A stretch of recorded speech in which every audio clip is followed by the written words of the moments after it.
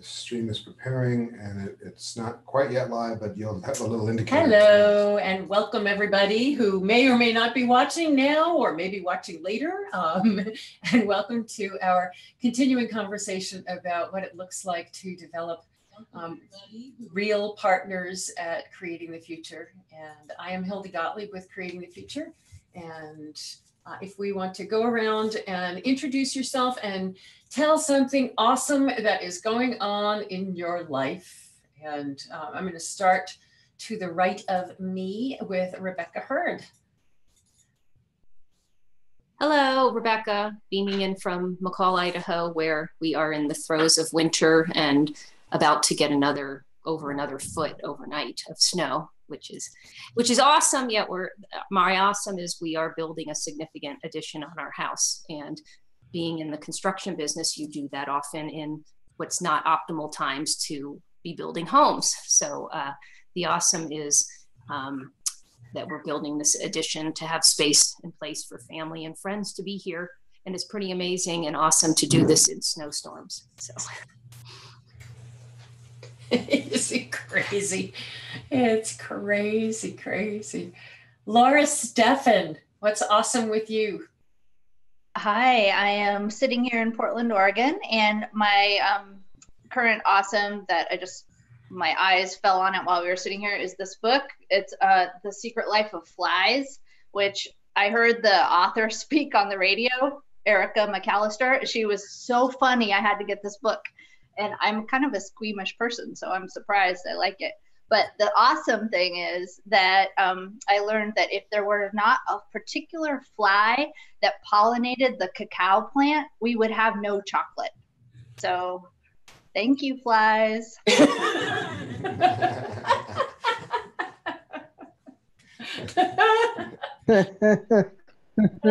Well, thank you. It makes perfect sense to go to Sergio now in South America to tell us what is awesome with you. Tell us where you are, Sergio, and what's awesome in your life.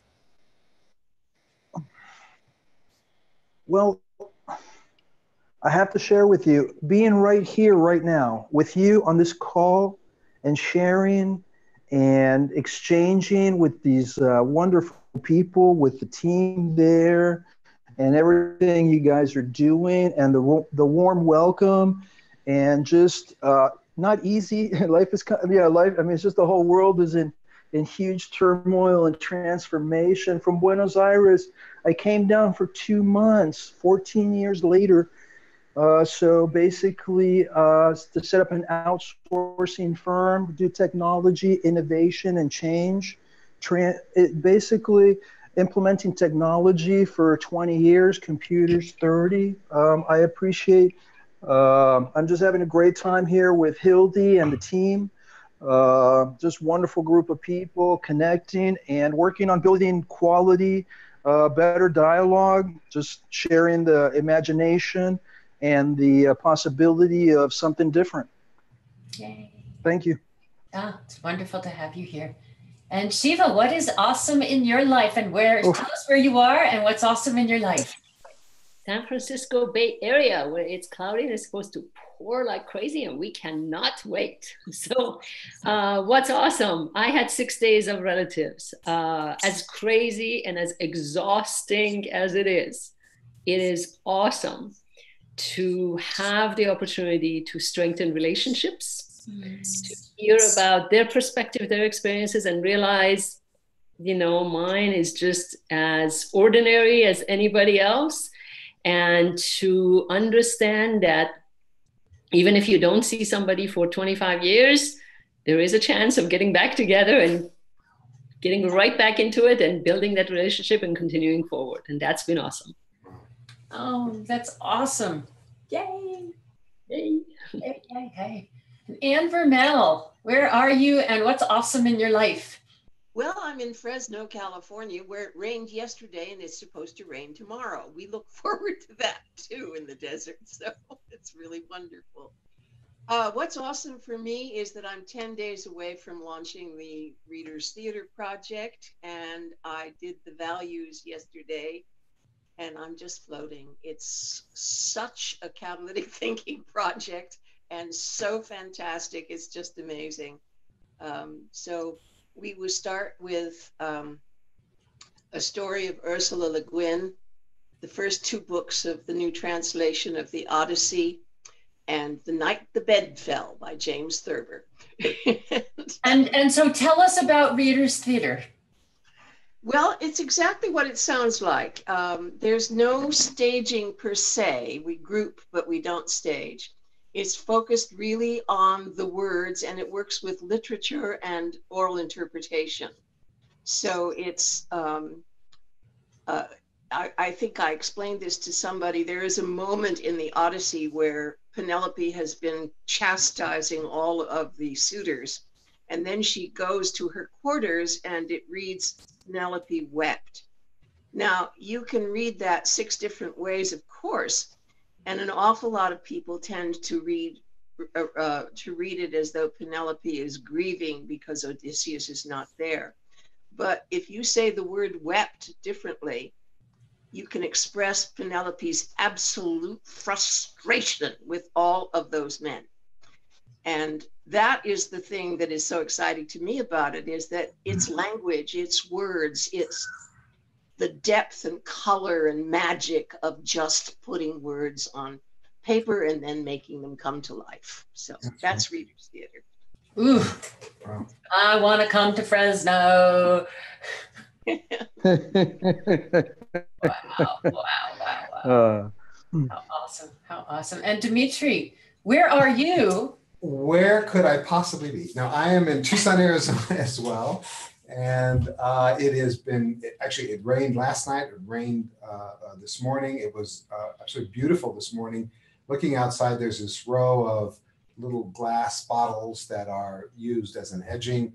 And Hildy said, oh, come look at this. And it was the raindrops that were just bouncing on the little tops of the bottles as they were doing it, which was really amazing. And I don't know how much of the weather I want to talk about because I don't know what your awesome is, Hildy.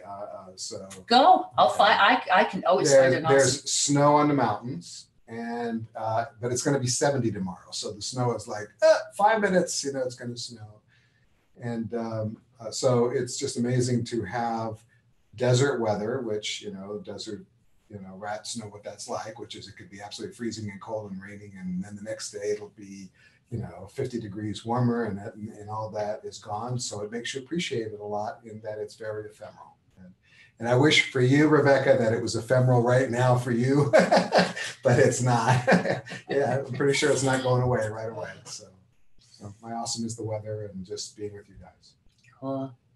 Well, there's many awesomes swirling around here, and in addition to the weather, which is pretty awesome. I finally have winter in the desert here because we had summer weather.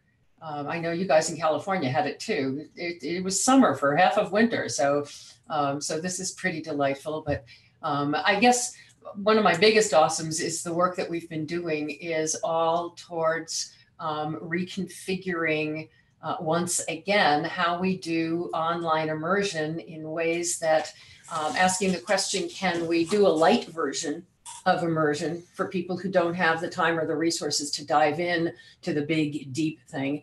And so we have been working and creating videos, which is what we've been working on to be able to sort of create a more self-paced and less intensive immersion.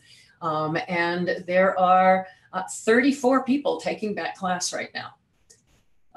Which is just remarkable, and at the same time, not only taking the class and learning the stuff, but also we're able to ask them questions and say, okay, so how is this working? Because this is the first time we're teaching it. How is this working? And what would you do differently? And just really honing how we do, what the format is for teaching this content in a different way, in a lighter way than all of you guys, with the exception of Sergio, who may be joining us soon, who knows, have been through our immersion courses and know what that is like. And looking at congratulations, 3638. That's great. Yep. Congratulations. That's a good execution. No, congratulations. It takes a lot of work, and it's a great starter group. So yeah, no, I'm looking at it. We can chat later. So definitely getting to know you as well. It takes a little. Yep. So that's been what's awesome around here, and just developing the pieces, and looking at what does it take to teach the practices in ways that people will learn it, practice it, get it, put it into practice in their lives, without dedicating in essence, you guys know, by the time you pull all of these pieces together, it's a year of classes. And okay, so if I don't have a year and I've got, a little bit of time during 3 months, not every week like we've been doing, what does that look like? And how do we, on our end, how do we teach it to make sure that it's effective?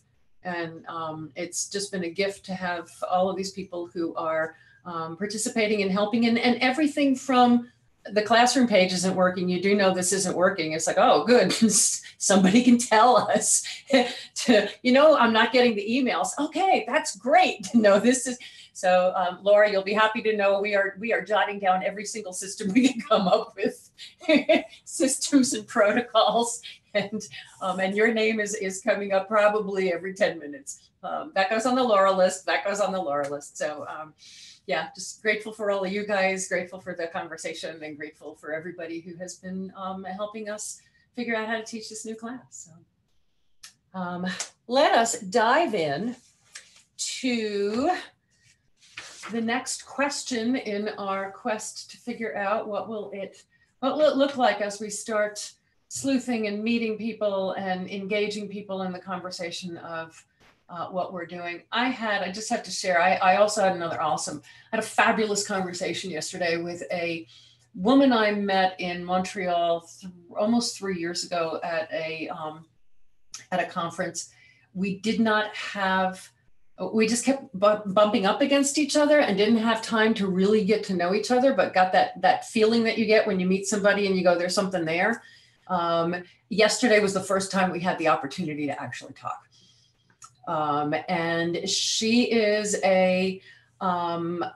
she has got her doctorate in organizational psychology. And so it really is pulling together a lot of the different things that the framework accomplishes, overlaid with organizational structure and so much just related to the stuff that we're doing here. And it was just delicious. It was one of those examples of what we're looking for in conversations when we go out and start engaging people, because we were speaking the same language from the minute we had the conversation. And so while we had a sense that there was something in common, we had never had that conversation. We had never, she wasn't really familiar with all of the ins and outs of what Creating Future is trying to do. And it just clicked for her instantly. And what I'm feeling right now as we're diving into what would good look like and what are the outcomes that we want is it's sort of that when Harry met Sally moment. I want what she's having. It would be so delightful if it was like that when it clicks and they go, oh yeah, I get it, and we can do that and this. So I just wanted to share. That was really sort of fun yesterday, especially after spending all of this time in front of a computer doing nothing but typing and talking head and voiceover. And I talked to a real human and who understood what we're doing. So that was sort of fun. I have just a story that came up that's tied to partnerships. Yesterday, I was talking to a member of our Creating the Future community. We had a wonderful visit, catching up with each other. And she shared that the company she does work in has goals. And so much of the focus is on growth. Yet it's very apparent the human toll. There's carnage everywhere, every day. And she gets emails telling her, your focus is on goal 3. Your focus is on goal 3. And I couldn't have come up with mashing these words together if I had dreamed of it. Goal 3 is to dominate through partnerships. So I found that very amusing. So as we ended, I just said, dominate, yet dominate in partnerships together. It's an interesting mix. I've got nothing. Okay, so our meeting can be over. We now have what our highest potential is. Marching orders. Domination. This is. I got nothing. I totally got it. Coming back to center here. Coming back to where we left off last time. When last we saw our hero, I did a post summarizing the outcomes and the strengths and the values that we talked about last time through the lens of catalytic listening. It's so fun because the lesson that Dimitri and I have been working on for the class right now has been catalytic listening. And it's really joyful to know that you can be using catalytic listening anywhere and that we can use it in a meeting. And so that was sort of fun. What we had talked about was desired outcomes of creating Laura's creating relationships as a radical act. More people in deep relationship with each other where connection is the goal. Being in authentic conversation and relationship around our vision, noting that the incentive is the vision for a more humane world where systems are all bringing out the best in us. And inviting people to join this community where every person is valued for who they are and where we strive to walk the talk of systems that bring out the best in us. I thought a place for us to start the conversation of high potential. And actually, I want to take a step back and for anybody who is watching either right now or after, and Dimitri, can you just keep an eye on the Twitter stream? Mm-hmm. If you are watching and would like to tweet to us, if you've got any comments or thoughts, the hashtag is creating the future, all shoved together. And so if you've got any thoughts, share your awesome, tell us where you are, and share any thoughts at the hashtag. We are using catalytic thinking, using the framework to walk through a plan for what we call sleuthing, which is engaging people by asking questions and finding out who they are and exploring together, finding commonalities, finding our ability to learn and explore together. And last time we started where everything starts, which is listening, catalytic listening, and moving into, okay, so what will sleuthing make possible? What will that sleuthing process make possible, and especially for whom? Because we do know that causality happens whether we like it or not. There's going to be results of anything that we create, and it's going to be results on whoever is impacted. And what happens when we are not mindful about asking, what will this make possible and for whom? Then those for whom we did not plan get slammed because, and we call it unintended consequences. And it's unintended consequences because we never thought, oh, that could actually affect them. And so we are going to be asking, what will our sleuthing make possible and for whom? And so let's start with the for whom's. The obvious for whom that's occurring to me is the people that we are inviting to engage with. Whether or not they engage, we are going to be asking people, inviting people to conversation. Some of them will say yes, and some of them will say no. But that invitation is going to be a ripple that we're putting out there. So in the what does this make possible, who will be affected by our efforts in sleuthing? Invitees, or whether they say yes or no. Who else?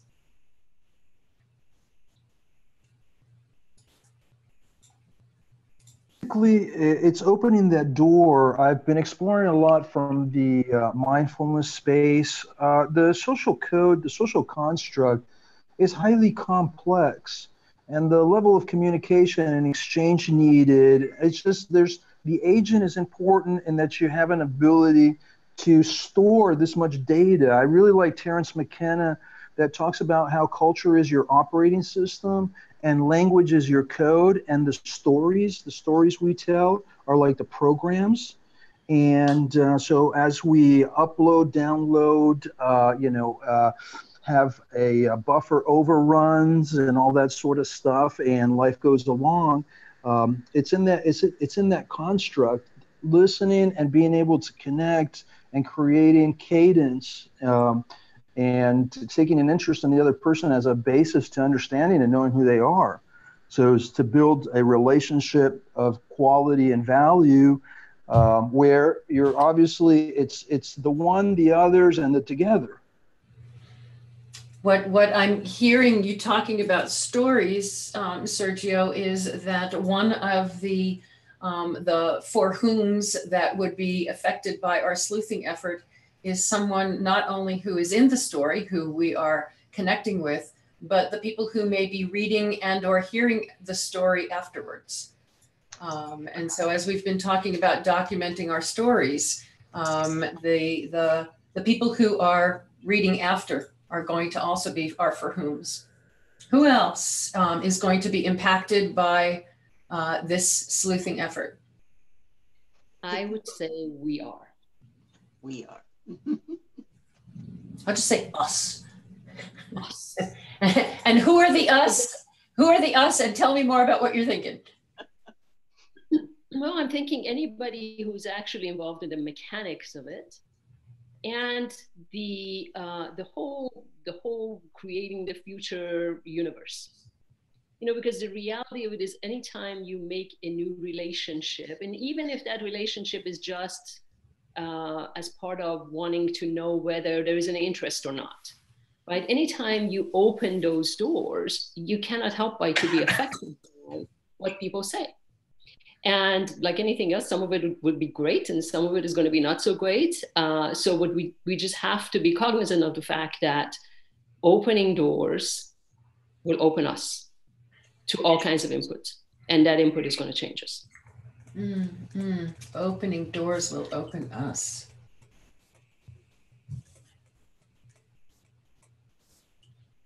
Yes. I also think about, well, it pretty quickly jumps to the entire universe, right? Because when you think about any potential partner, whether they are a community benefit organization or a university or anything, they have some kind of constituency, some kind of community, some kind of people, a bunch of people around them. And so we can potentially touch all of those people. And if you keep doing that, we pretty quickly got the entire planet. So done. And how are we going to dominate again? Totally. It brings to mind the story. What was it? Dominate and what? Dominate and relate? Dominate through partners. Dominate through partners. No, partners, the connection, there is a wealth and an abundance through collaboration and working together that's just gigantic. That's the largest challenge. As soon as you start working together, learning to delegate and working as a team is really a complex dynamic. Understand the interpersonal skills and build the leadership framework to bring together, like in this case, creating the future. And this meeting here, Hildy, Dimitri, Rebecca, everybody, it takes a conscious construct and an ability and a skill set that is obviously teachable and shareable, but it's really an ability, no? It is, and we have the framework to guide us. So, well, on the teachable and shareable, given that we're in the business of documenting and sharing real time all that we're learning, when I think of a for whom, it's the endless number of people out there who may not know there's a different way of being with people, because if you're in an organization that says this is how we go seek partners in that transactional sense, could see that there is a different way of being, and it's all out there to explore and to have a conversation with us. So the people who, what the sleuthing process makes possible is the people who are watching the process develop, not even once we start sleuthing. Yes. And who Well, may Steve- only watch that, who may only, as the story gets told and as we document and whatever, 5 years from now, that may be the discrete piece that, yes, thank you, Rebecca. The what, and the how. I think, Elizabeth, that was very well said. I like your practical look. I've been listening to some of the videos and looking back and following a little bit the trajectory of the group. And I think it's what we've been working on is like a meta language where we can start working together, where we construct a common agreement and this meta of what and how and whom, which is such an important defining factor. Everybody different. Instead of fit into the same square box prison of not the transaction. The transaction's got to be dead because it's just not sustainable. I did a lot in the subprime market. We were the third largest affiliate. I'm very lifestyle marketing, and the electronic tools for consumption are very powerful to get people in debt and problems. These are instruments, marketing. I look at some of the advertisement, and it's just really just pollution for the brain. Just spend money focused on the transaction, which is unhealthy for the human's mind and spirit. It got us here, but now it's more about the processes and how we start doing things together. And obviously the team is fundamental. I mean, it's about an alliance and a connection and a friendship too, as we are here and share this amazing adventure. Indeed. You know, as you're talking, Sergio, I'm thinking about, Laura, you were talking about the ripples of the people that we talk with, and the for whom in there also is creating the future's mission. Is accomplishing creating the future's mission, because those ripples are our mission. What's interesting as we're talking is I'm seeing sort of some forks here. When I mentioned there's the invitees, the people that we invite to conversation. There's going to be the people that say yes and the people that say no. And then of the people that we talk to, as you were talking, Rebecca, it was reminding me that of the people we talk to, there's the people that are going to partner with us and the people that are not. And so right in there, just in that very, very close circle, there's so many different, it's so interesting that when I'm thinking about normal efforts like this, you're aiming at the one who's going to say yes. And you're saying, thanks, but no thanks to all the people who are going to say no. Okay, you don't want to have a conversation? Bye, we'll never talk again. You don't want to partner with us? Bye, we'll never, or we'll put you on our email list. But you know, we have this wonderful opportunity, and I'm glad we're talking about this. The for whoms are always the most interesting for me. Mm-hmm. Yeah, or maybe from a, go ahead. Go ahead, Rebecca. Go ahead. For each person we invite to conversation, wherever they are in those forks, is they're going to tell us other people, because it's the ripples, yet it's also the intentional ripples of, well, you know what? This may not be my space, yet here are 7 people I want to connect you with. Exactly. Yeah. It's about building the connection. I read somewhere really interesting, and I've been using the terminology connect and create. You bring the people together, you bring like what Hildy's doing through creating the future, the implementation of the model. I see the talk and the walk, and I'm like, wow, you know, that's great. Everybody executing every day, you know, you have to deliver. But totally, and I see that in all of you, and also it's that transparency and part of the more human interaction. We need to be kinder with each other and give people the space to grow and share and work together.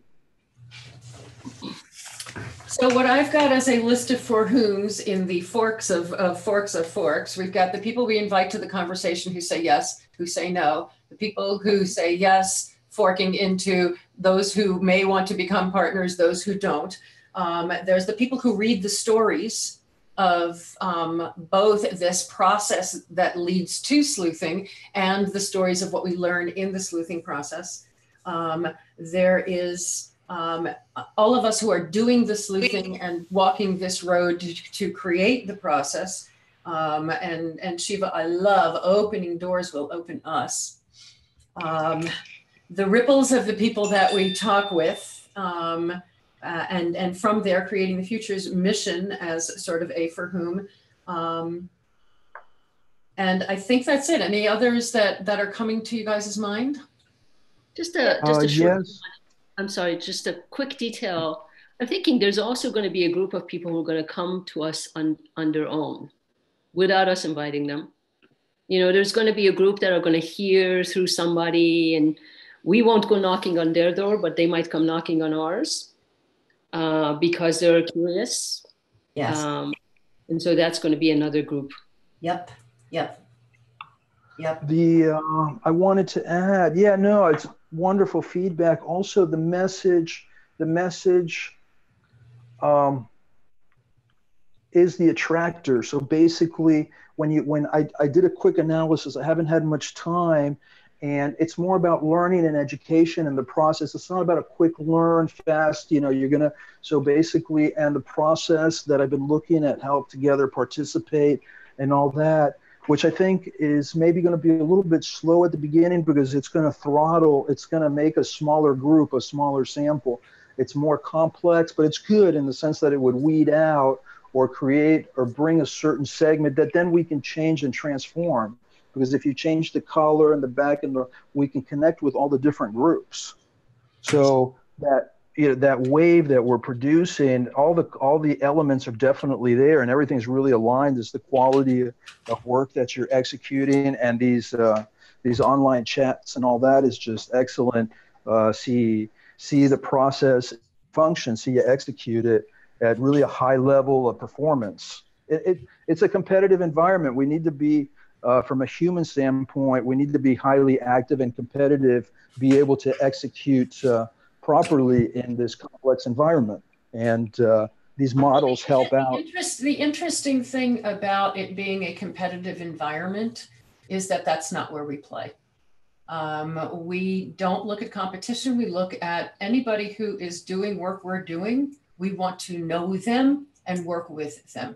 And so it is an interesting dynamic that has been placed upon organizations, the assumption that they will compete. Our assumption I agree with you. I agree with you 100%. That we will not. But I agree. It's through collaboration that we're working. I agree wholeheartedly with you. I think that the competition is in the channel. Maybe my mention is in the social channel to communicate with people and reach the right people. Sorry for cutting up, but that was just the context I was thinking of as a way to connect and which people you're connecting with. Gotcha. Okay. No. Yeah, totally. The quality of your stuff, I think it's very well aligned, and your exchange with me has been of the utmost quality in coming together and bringing out the best in each other. So I can see. Let's keep going on I'm unfortunately short on time today with a short meeting, Sergio, so I'm going to cut you off, and let's go to the questions for all of these for whom's.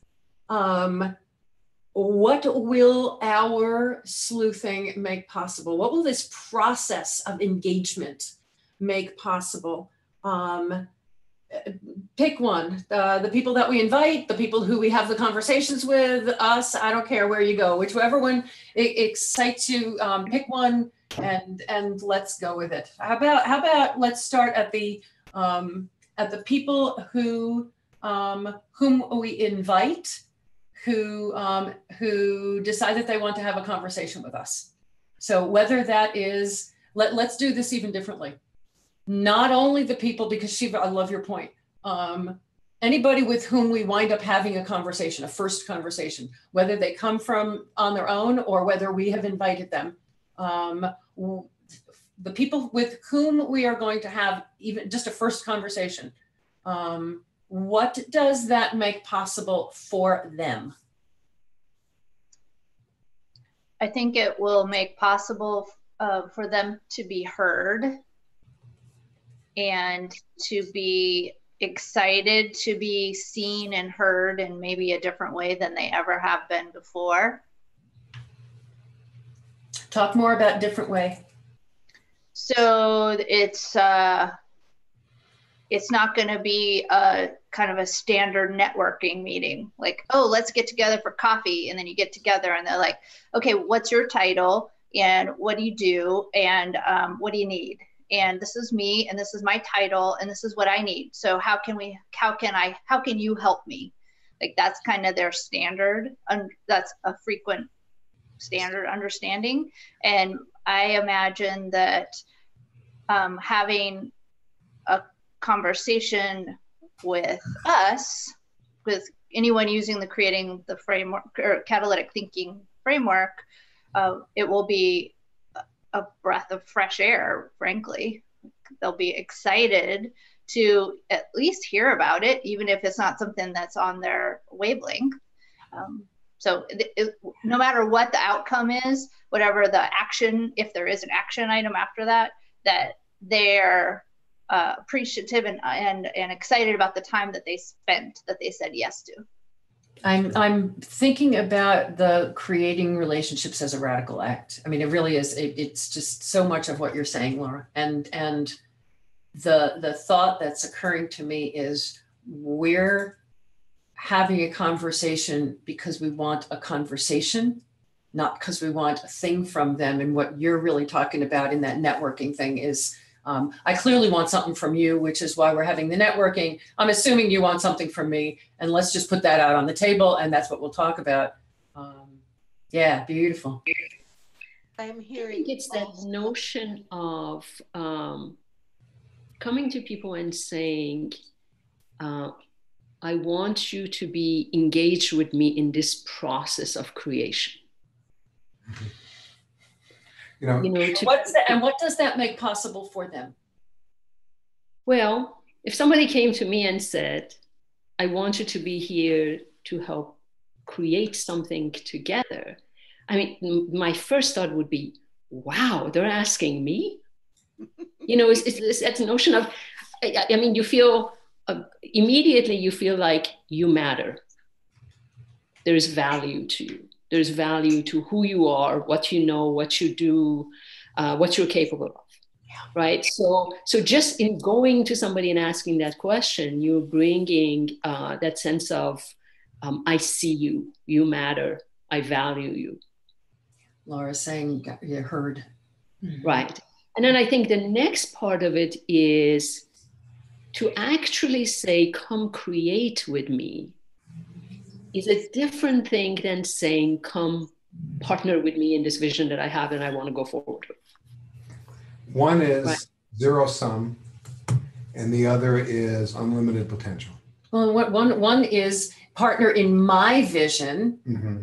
and one is, That's creative. oh yeah. It's an us. And I think when we do that, if we say that, then that is where they need to truly feel that that's truthfully what we want, right? That's that authentic connection.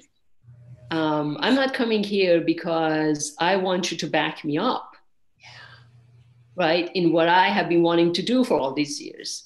I'm coming here because I want you to create with me, and I want to create with you because I value you, because I think you're capable of so much that I am either not capable alone, or you're the only one who's capable of doing.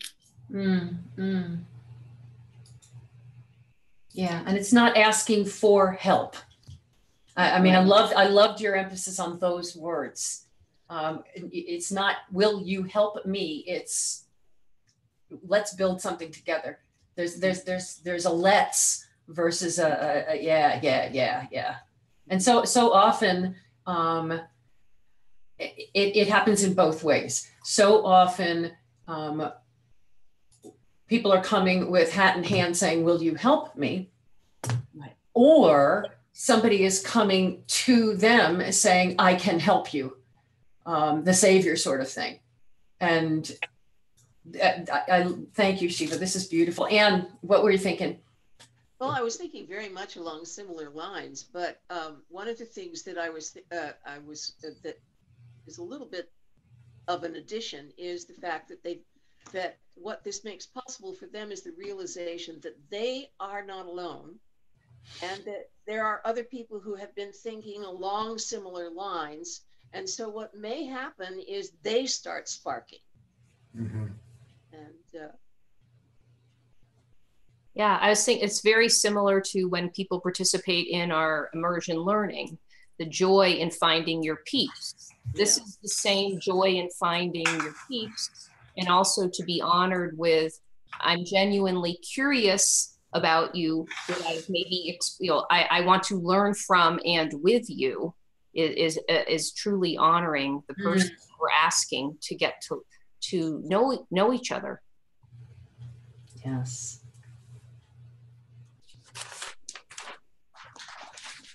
Boy, writing down what you guys are, like the exact words you guys are saying, is so, everything is all good stuff today, all good stuff. What else will that first conversation make possible for the person with whom we have the conversation?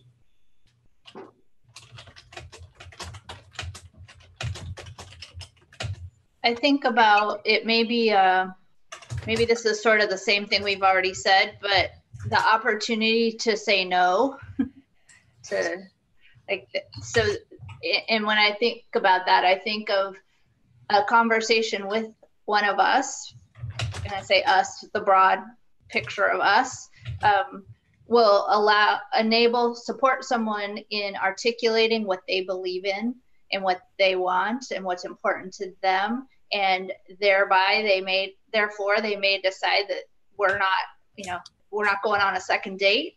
And yet they've had this wonderful opportunity to remember themselves.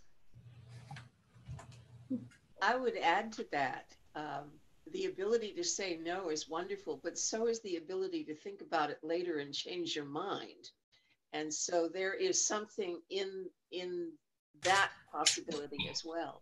Well, there's what we're not asking for anything for them to have to say no to, except maybe another conversation. Exactly. Yeah. Right. Even that. But I'd love to ask that person this one question. So you come back, Yeah, it's about relationship, and it's about creating, in essence, the opportunity for a friendship where you are truly interested in who this other person is, and the both the zero sum and transactional world that we live in.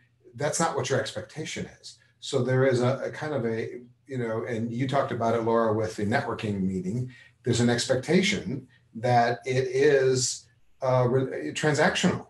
That you are there because this network has been set up to benefit each one of you. That's why you're there, to benefit you, as opposed to you having a concern of benefiting them. That it's a very, it's sort of a more mature way of humanity. I mean, when you think about children growing up, part of their learning to love and do whatever is to know that they're cared for, so they can express it in return. So when you walk into something like this and you are caring for them, they will gladly return it, as opposed to a tit for tat. So I think that that's an interesting outcome of this, is that the potential for that. I also think about it, though, when I say the option to say no, maybe it's more thinking of, maybe it's my old language stuck on me, but the helping them understand that there are many ways to partner, there are many ways to collaborate, and that may mean them simply being learning more about what we do, and that could be enough. Like, I think about my own experience. I did the immersion almost 3 years ago, and it wasn't until this last year where I felt like, okay, now I want to get more deeply involved, because I frankly was kind of overwhelmed by all the stuff everyone was doing. It was like, I cannot step up to the level I want, so I'm gonna decline, or I'm gonna stay back until I'm feeling ready. And so I think about it that way, like, what it makes possible is that those people will be invited at whatever level or whatever step. We meet them where they are. Yeah, like you say. There we go. It's the one-to-one. It's the one-to-one. Great look on the variables, because today you got 10 minutes and you jump on board, and probably you don't have time for, because everything's happening, health situations, whatever, the world turning. And so basically I think it's that one-on-one. I think it's a part of that question at the beginning where we open up to understand who they are and just come together right where they need it. Mm-hmm. Mm-hmm. I was thinking along with Sergio was saying about, the pace in the world is our invitation to a conversation is an invitation to slow down. Yeah. And maybe to pause, and Totally.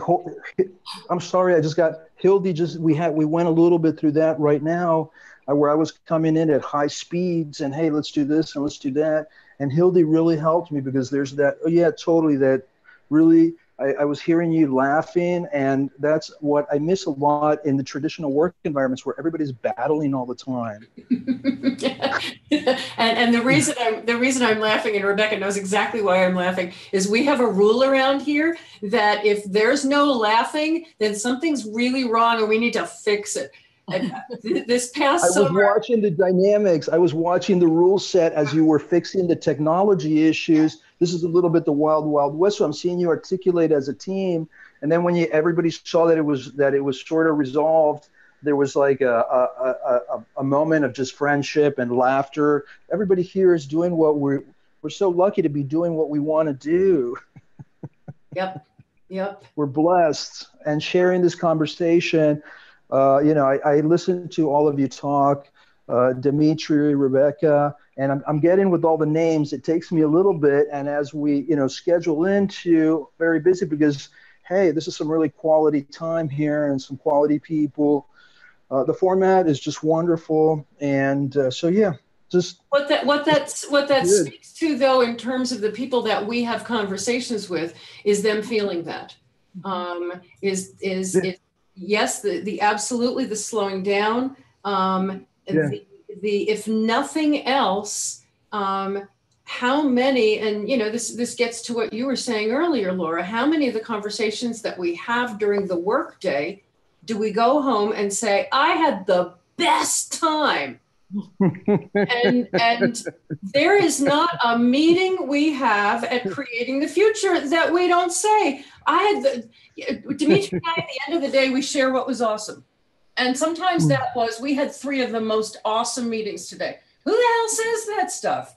And so the ability for the people that we meet with to just experience a joyful hour. And I think that another thing that's coming out as you guys are talking is, and we've said it in a variety of ways.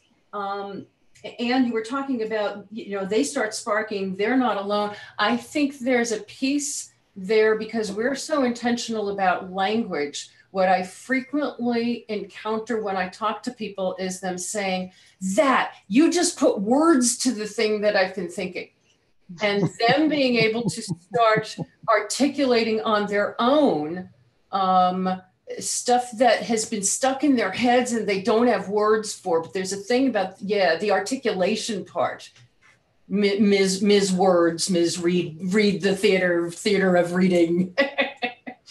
I think that's like the central piece to make it. When I look at the team and the communication, the team and the organization has a great proposal. I like now learning more of the details, how you're really executing all the different pieces.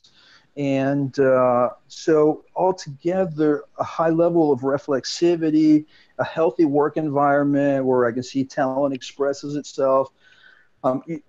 It's been really positive for me in slowing down. So basically, Hildy and our conversation has been full of just quality exchange, and I think that's fundamental. It's all plastered in black and white. I mean, what's the difference? Hey, let's have a great time. Okay, so would it be crazy to think? It's casual Wednesday. It's casual Wednesday. It's casual Wednesday in Buenos Aires. Sorry. That's okay. Shiva, what have you got? So I'm just wondering, if I'm meeting with somebody for the first time, I want to meet them over a cup of coffee and a delicious piece of pastry. And to me, that conversation over a cup of coffee is so, it's almost elemental. It's almost like the way humanity has always related to each other, right? From the beginning, we break bread together. And in that act, I think you automatically feel the humanity of the other person, right? Because they're just as hungry as you are. They have the same needs. They have the same, the same thing would satiate them. And so I keep thinking, just having that opportunity for me to sit with somebody over a nice cup of coffee and feeling their humanity, and right there, I've had a great hour. Mm-hmm. Yeah. I think it's a holding this, the term we use, holding space. I think it's really holding space for the other person, and that they can relax. Something you were talking about, Sergio, in terms of, to paraphrase, there's sort of this frantic, need to express knowledge, express whatever, and in what you're describing, Shiva, it doesn't. None of that is important. It's just to be together, and to kind of, hold that other person, which gives them a moment to breathe and relax. And since I've been working on the listening video for days here, I think about all of the brain chemicals that are triggered in fight or flight, and how that is culturally, it's like turned up to high all the time, in terms of what we're doing. So it's just, I think that this allows that to go away, or if not go away, but to not be the primary function that's going on. Anne's head just went. Well, I was just thinking, something that you said, Shiva, that really kind of took me back to, I once remember wishing that my very Presbyterian or Methodist family had more of a Jewish kitchen table situation, where people just sat around and had coffee, and the children sat under the table and learned. And I think what you're saying about having the coffee and the delicious pastry is that you're actually giving the other person an experience in slowing down. That moment is safe, and that means that you actually have already opened a door to a new way of being with someone. So yeah. Thinking that it's someone may feel there may be some element of surprise, because even as inviting as our invitation might be, someone may show up with their assumptions because of how every other conversation has always gone. So somewhere in the conversation or after in reflection is that shift in their thinking about these. Well, I thought it was going to be this, even though they said it was really to get to know me. I thought, and then this delightful surprise that happened when it actually was what the invitation was asking them to engage in. And sometimes, and I have to say, having spent so much time both representing funders as their representative out in the world, and working with funders as humans, and as just people taking classes as friends, sometimes that wall never goes away, because there has been such mistrust built over such a long time, because they know that at some point you're going to put your hand in their wallet, and it might not be now, and it might, so is it like 3 meetings in that you're going to ask me, or is it 6 meetings in? And there is such a sense of suspicion. I have a colleague who I like to think of as a friend, who I like to pick up the phone every 6 months or so and just say, here's what we're doing. You have the best brain I know. Dump all over me. And every single time, this person has amazing ideas. I love it's sleuthing. I love being with this person. And every single time the conversation ends with, and we're not looking for new partners right now. There's that wall. So where there may be surprise in some of it, in some of it, okay, so if it's that person, what does this conversation make possible for that person who is in that place? It starts chipping away at that wall. Yeah. And that's where there's not a missed opportunity to be a part of all of this. Because that person, you know, I think you spoke of too, Laura, it's not like come down to let's have a date. Are we going to make a match or not? It's because it's the invitation to even check out Creating the Future, see what we're about. You know, if you want to have another conversation, it's such an open invitation to engagement. It's not in any rigid structure. Yeah.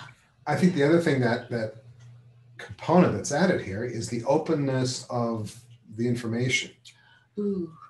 That one of the other things that happens is you become aware of the fact that this meeting is, you know, we're talking about this right now. This is on our, you know, at a blog post, and somebody can come back and look at it 2 years from now and see where the thinking came from and how it evolved, and the fact that it is open, that it is accessible. I think that's a real important, you know, difference. I don't know if I don't want to do this in a comparative sense, but it is an important, different reality for what they're accustomed to. The thing that made my head just go was the what it makes possible for the people that we are talking to, even if that's the only conversation and they, as Laura said, say no. I don't have time for more conversations. This was great. Can I go back to work now? The ability to show them along the way what has been built upon and with what they shared with us. So you had this really, wow, okay, we hadn't even thought about that. And I just want to let you know, 6 months later, we've talked to 40 people and 3 others of them thought of that same thing that you thought of. And we're starting to take this avenue because whatever it is, but that even if they don't believe they're, quote, signing on to co-create, to be able to honor the conversation on an ongoing basis. So again, that's that surprise piece, Rebecca, is really, I'm hearing from you. Wow, okay, really? And I'll tell you, having done sleuthing like this to build, this is going to be the 3rd time in terms of organizations. The number of people with whom we will talk, who we will be frantically writing down everything they say because the pearls that are dropping from their mouths, we can't capture it fast enough. And at the end of the hour, they will look us in the eye and they will say, I'm not sure anything I gave you was helpful. Consistent, absolute consistent. I mean, some of the, and it's frequently the ones where at every point you're trying to scribble down everything they said, and I'm really not sure it was very helpful for you. And you're like, so I think there's a big piece about the fact that we're building wisdom upon wisdom, and that we're being very open about that, as you said, Dimitri, that the whole piece that we're sharing it doesn't just make possible for the people who read it later, but what does that make possible for the person who contributed to that information? Well, if they want more, the more, they don't even have to meet with you again to have access to the more. And I think that's a really interesting, and it's welcome. I mean, we all, you know, in the age of the internet, we can all go look up anybody and anything and whatnot, but this is an invitation to do that, not a, you know, sort of clandestine, I've done my research on someone. Yeah. What you just said reminded me of the times, and just going back to my own, you know, when somebody has come to me and said, what do you think about this, right?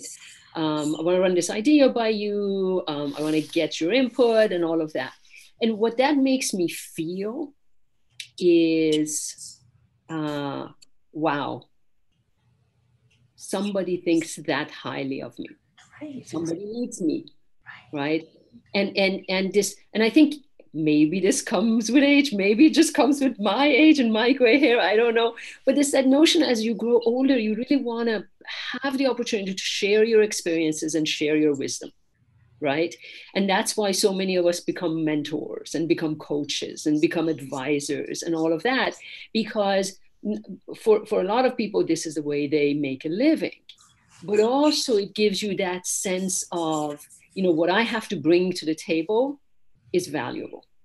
And I think even if we talk to people one time, but in that interaction, we are really completely open to hearing from, as you do so, naturally with people, this notion of, I'm here to learn from you, right? Then the value of that interaction and what it gives them and how they feel about it could engage them in itself, right? They care about what they say, what I say. They want to know what I think. They want to know how I would do this, right? So I think that in itself is a great engager. But we have to be extremely truthful in that approach. Right? Exactly. Not that we're going because we know they're going to feel like this, but we really want to learn from them. I'm reflecting on the conversations that Rebecca has on the ski lift, and they all start with, so what do you do? So are you retired that you're skiing in the middle of the week? So what do you do? And the conversations that Rebecca immediately turns around from that and creates in the 12 minutes it takes to get up the hill, an engaged conversation. And someone will have experienced catalytic thinking by feeling what it feels like to be on the other end of it. And that's the more please. That's the yes. And just as several of you were saying, they may not do the more please in another conversation, but they may go to the website and they may watch a video and they may and so yeah. Another thought that's occurring to me, and it has to do with what it makes possible for the people doing the sleuthing, is that our practice is going to be on steroids. That we are going to be practicing catalytic listening, especially in just hours at a time. We're going to be practicing using the whole framework as we prep for conversations, and practicing, and each time it's going to be different, and practicing catalytic listening as we're sitting. Sometimes somebody's going to go off on something that has nothing to do with anything, and they know what you should do. And we get to do the take a sip of coffee thing and just go on and hold space and tell me more and practice our listening. I think there's just a huge opportunity for practice. I just want to key off of that just briefly, Hildy. Years ago, when we were forming the first diaper bank, and we did this, we went out and we talked to people in the community, and we knew, we were experts. We knew how it should be done. And as we talked to people, it became clear that maybe we didn't really know how it should be done, and it evolved into something completely different. But there were numbers of times that we would talk to somebody who we had heard that same thing 15 times. But it was really, we realized it was really important to not say, yeah, we already heard that. No. It was really important to let them tell you what they feel is important, and to honor them for having told you that. And there were so many times that later on, that having done that, that person says, oh, that was really great. But you know what? You should really talk to Bob or Mary. And that would not have happened had we at that point said, we already know it all. We already heard this, whatever. It was honoring them for what they had to offer. So I think it's the being authentic and really wanting, the asking is not lip service, and it's not, we see this as a technique for getting in front of you. It is really, it's really catalytic listening. It really is asking because we want to know and we want to connect. Let's talk. I want to be mindful of time here. Let's talk about those of us who are doing the sleuthing. What will these conversations make possible for those of us who are having the conversations, who are initiating the conversations? And we mentioned practice.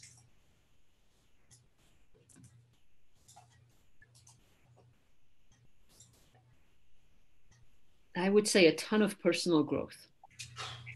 Give me more. Well, every every interaction brings with it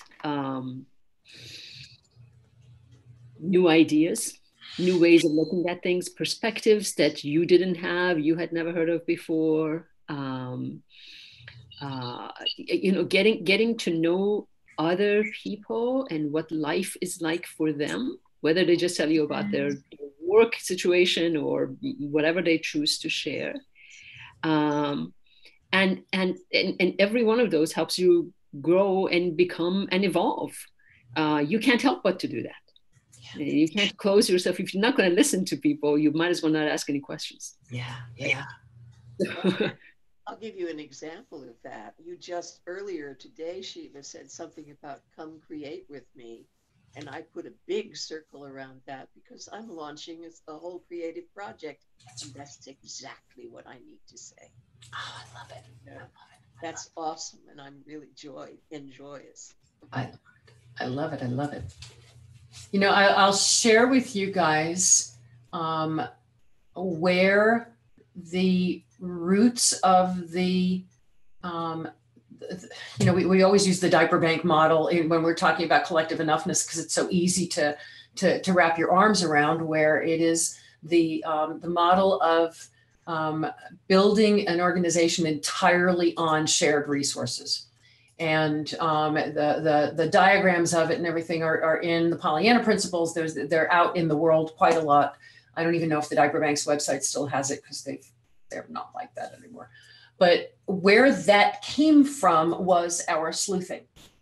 And Dimitri mentioned that this was our first foray into building a community benefit organization. We'd built businesses before, but we'd never built a community benefit organization. And we were consultants, so we knew our stuff. We were the experts.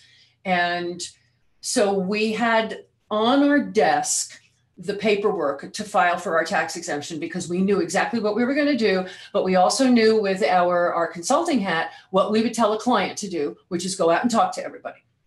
And so we went out and we did our sleuthing, and to the one, every person we talked to said, do we really need another agency here in town? And we just kept saying, we're about to build the first diaper bank in the universe. So what exactly are you afraid of duplicating? And so we would have the conversation, we would go down, we would explain, and it got to the point where we looked up and realized we're having all of these conversations with these really smart people, and we're going out and asking them their thoughts because we think they're smart. And yet we're telling all of them we're right and you're wrong. There's definitely something wrong here.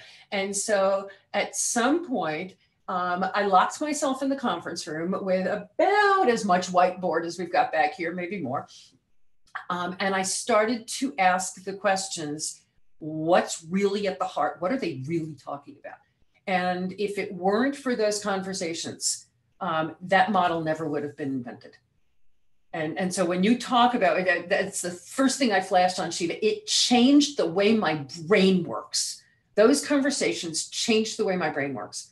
And I locked myself in the conference room, and 2 hours later came out, and that model, I still have the original piece of paper I drew it on because it looks exactly the same. But yeah, I so appreciate what you said because it just literally changed how my brain worked. What else will this make possible for those of us who are doing the engaging and asking? It's building a team. I mean, not that we already aren't close but the more we share these stories, the stronger the connection becomes between all the people who are doing this. So co-support. Mm-hmm. Yeah. It gives us hope in this. We've been talking about this and working toward this for a very long time. And we're now ready to move to action. Anne? Well, I think you have to let me pass on this one. I'll think it through a little further before I go on. Oh, so you don't want to sound like me babbling? No, it's not even that I'm afraid to sound stupid. It's just that it's still sort of unformed. I get it. Totally get it. You have to mature it a little bit, add a little bit more water, maybe trim a little bit here, and look at it again, give it a little love. What else will this make possible for those of us who are out there asking the questions? Or the opportunity to be part of a creative process. Mm-hmm. And what does that make possible? I'd like to interject that from a personal standpoint, participating in the design parameters of this project, the quality and the caliber of people, for me is just a huge learning experience. Just the execution alone. Yeah, there's the what and the how. So in the how, and just this for me, it's just been and sharing and being part of the team. I feel really like huge happiness and just like the caliber of possibility and the quality of the output. So as part of the language too, to build better and connect with everybody, really indistinct of the nature of the relationship, but the parameters the same. Mm-hmm. Mm-hmm. Yeah. Yeah. So the benefit is two things. Is one, the learning from the process, the design process, and just the sense, as we've all been saying in different ways, of the connection, of knowing that we're going to get together in 2 weeks and we get to see each other and we get to learn what springtime looks like in Buenos Aires, and we get to find out how Rebecca's edition is going in the snow. So yeah, there's the connection, but and the learning. Yeah, totally. I found on the Facebook community that it's just wonderful how people are helping each other out and understanding that it's hard everywhere. I think it was Rebecca. I think everybody mentioned at some point that it's just difficult everywhere. Down here in BA, it has its challenges as well. So, we're all in that day-to-day struggle and linking up and connecting. I think part of the tools and is the possibility to connect and like-minded people as we explore the challenges we face together and start looking at things from a different perspective. Yeah, the process is fundamental. There's and in closing out my thought, and I apologize, that shift to abundance, it's being able to manage that abundance. Mm-hmm, mm-hmm. Yeah. I see the abundance is already there. It depends on your abilities to access it. Yep. And there's a really good point in there in that we all, as we're talking about engaging people as potential partners, there's decades of habit of scarcity thinking. And the reinforcement in this process of, oh yeah, that's not where we're going. We're going here. Sometimes that's just that little thing. It's another piece of the practice, but it's practicing that. Oh, good. One of the things I'm thinking about is the new framework of what creating the future is going to look like, the new structure. And what we keep talking about is that the hubs will be places that people come together to find resources and to find each other. And so I think that part of what this whole process makes possible for those of us who are going to do the sleuthing is that connecting with each other again and the joy of sharing the stories, because sometimes you're on a path like this, you're on a journey, and you can share with your spouse, I did this really cool thing and I met with this really cool person, but there's something when you're with your peeps who are all doing that and they're the ones co-creating it, there's a different excitement than when you're talking to your mate or whomever. So I want to sort of get back and answer the question you asked. I'm gonna put you on hold, Shiva, and go to Anne, and then Shiva. I just was thinking. Hold your thought. Hope. It reaffirms hope, and that's something that we all need. And so every time you meet someone new and listen to them and share catalytic thinking with them, no matter how they respond, even if they're one of those people who say, "Oh, I don't believe in that bullshit," the fact is that it just strengthens your ability to hope, which these days is really necessary. So, and I suspect probably always is. So. Yep. Yes. Yeah, and there is, it's reminding me, because you mentioned hope, Rebecca mentioned hope, regardless of what their reaction is what you just said, but there's energy that comes off of, and I'm thinking about Rebecca's conversations again. Every time you're on the ski lift and somebody goes, yeah, that, you get energized.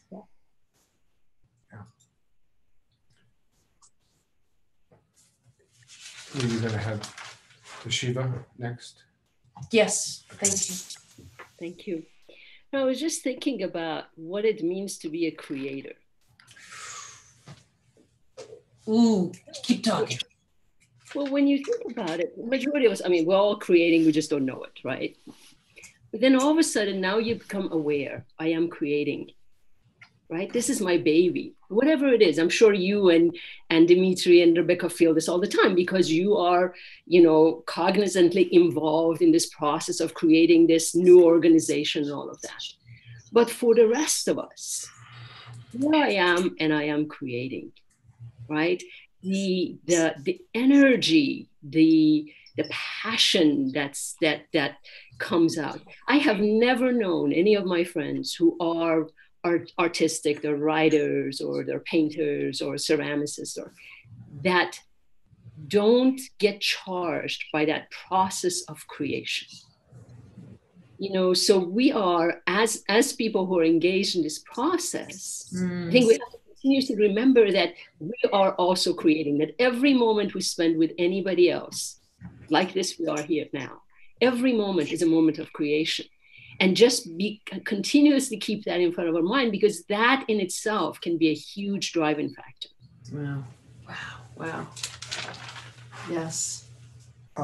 Several years ago, actually, we had been at a conference, I think it was at a conference, but this concept of knowledge replaces resource, or knowledge amplifies resource. And I think about that a lot in corollary ways. But the example that they were giving was, if you looked at a steam engine from 1870, and you look at a diesel truck today, the steam engine, weighed, 50 tons and used huge amount of resource to move.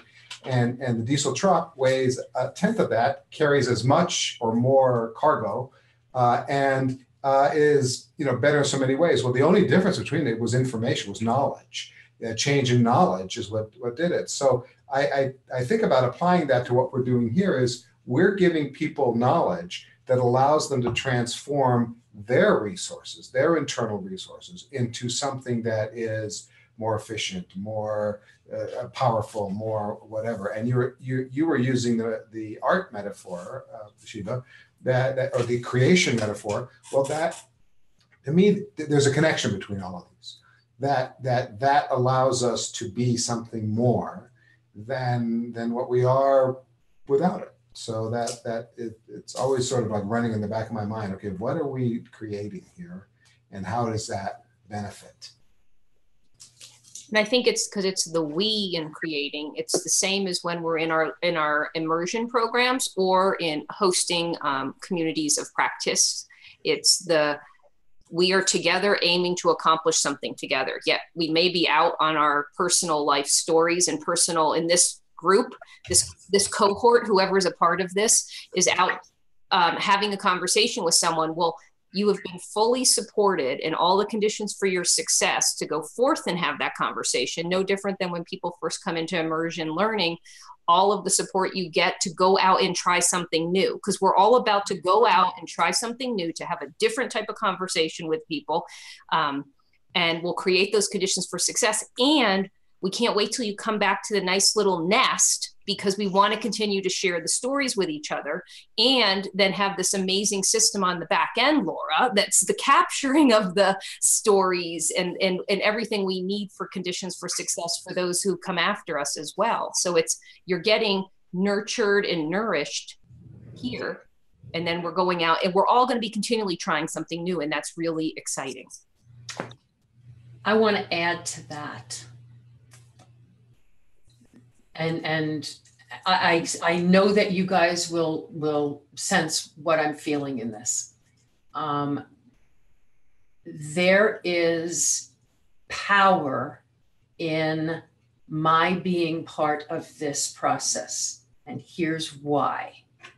Because I get to say, oh my God, did I ever fuck up?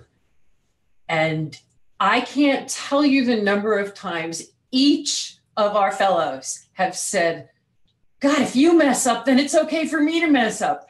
And I think when you were talking, Rebecca, and the fact that we get to support each other, the ability for everybody to hear that you and me, the teachers, oh my God, if you mess up, then I don't have to feel the whole it's a practice, not a perfect thing, that there's something very powerful in that. And I just am feeling it. So the other thing that is occurring to me, and this is back to the people with whom we talk. My guess is if we have an hour's conversation with somebody and we talk about changing the questions, at some point they're going to ask, so, like what kind of questions? Because that's frequently what people, my guess is that they'll walk away with at least one new question they can ask and be excited to try it.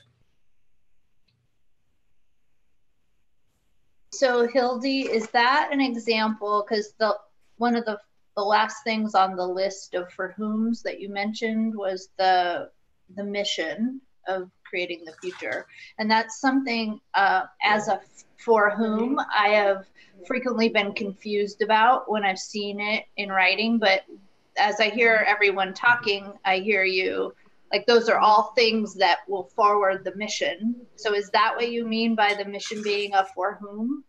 Whenever I think about the mission being a for whom, it is exactly accomplishing the mission as a for whom. So what does this make possible? So let's ask that question right now and go through it. What will this engagement process, just this having conversations, make possible for creating the future's mission? Well, if you talk about raising consciousness and creating a world that supports everyone to be the best they can be, like all these conversations will, I guess theoretically, but we'll do that. Mm-hmm.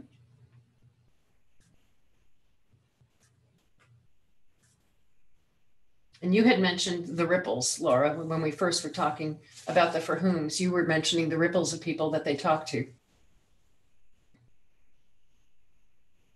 Everything that happens, every small conversation, every 12 minutes on the ski lift, every time you send someone away with one new question, changes the culture, the cultural landscape a little bit. And that in itself is furthering the mission.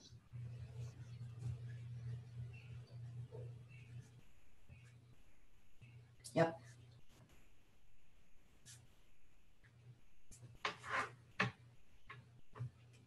What else?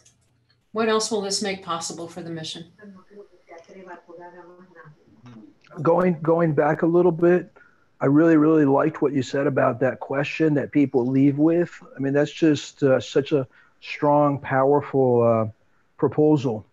So what would that question, I mean, in between they left and they stayed, or they can come back at that point in time and then they leave, what's that question that carries on? No, that's a really strong idea, Hildy. Yeah. Yep, and that brings forward the mission. And part of the reason, Laura, that we always include the mission is we're always wanting to root ourselves and tether ourselves and remind ourselves of what Shiva was talking so much about last time, is that the power is in our vision for what's possible. And we've seen so many of these processes that start out and quickly devolve into a very, very narrow field of the thing we want to accomplish. And it becomes about money, and it becomes about volunteers or connections, or who can you connect us to a legislator or whatever. It becomes about the thing rather than about the broadest possible reminder that we have a reason for doing this. And sometimes just the ability to say to somebody, just this conversation that we're having here is furthering our mission. And so I'm really, really glad, because a big piece of our mission is just to have these kinds of conversations. It also makes the mission alive. You know, it's not words up on the wall or in the strategic plan or whatever. Yep. Because it becomes a touchstone that it's working both ways. So it makes it a living thing that, you know, we're talking about the mission, and the mission becomes infused with what you add to it. So it's a dynamic process, and I think making that part of it creates an energy that makes it important that it be one of the for whoms.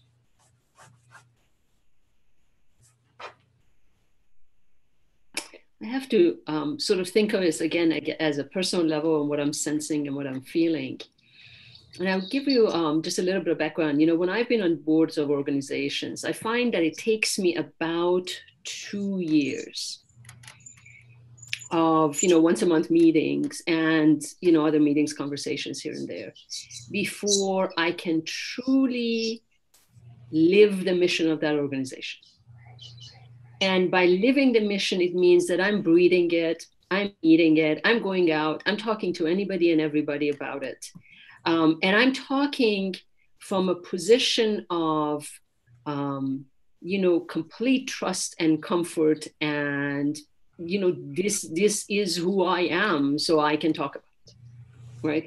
So these kinds of conversations really help myself. I can talk only about myself, but it helps me to sort of get to the point of saying, you know what, I am immersed in it to a point where it's oozing out of me naturally. I no longer need to sit and think about, okay, what was it I was supposed to say? You know, who was I supposed to talk to? Because it becomes, as Rebecca has said so many times, it becomes who you are, right? So that's what these conversations, to me, that's the benefit. Yeah. And double the size of the number of us going out and having conversations, and triple the size of the number of us going out in conversations. And the mission is now living and breathing. And that energy you're talking about, Shiva, that gets transmitted. It doesn't matter what we say, that energy gets transmitted. Yeah. I really like the matrix for that. It's like being on the path and knowing the path. It's that part where you can just be it and live it, and it's manifest. Yeah.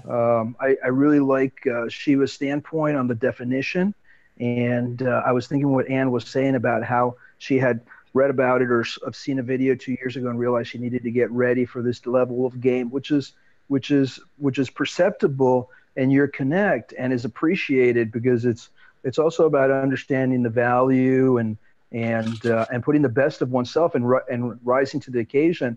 A great place to work, which is open, that inspires the exchange of information and collaboration and co-creation.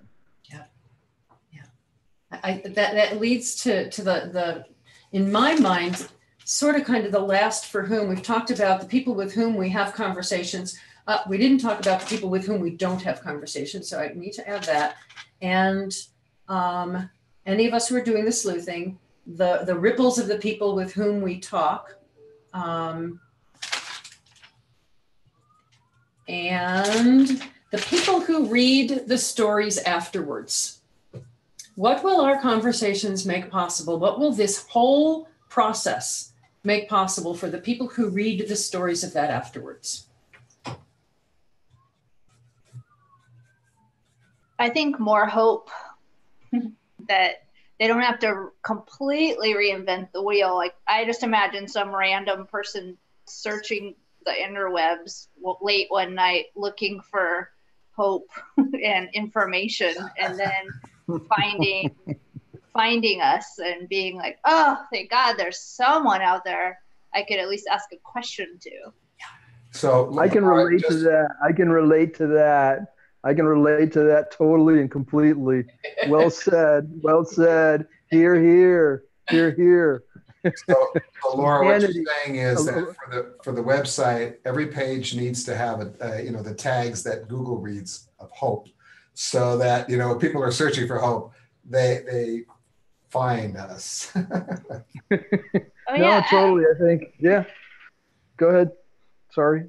Oh, I was just going to joke and say, I always forget to actually put hope into the search box. It's so important. Oh my gosh. Yeah. Such a. So that'll be the next. I need to try that now, because every once in a while driving along, I do ask Google, tell me a joke. So now I'll have to give me something to hope for.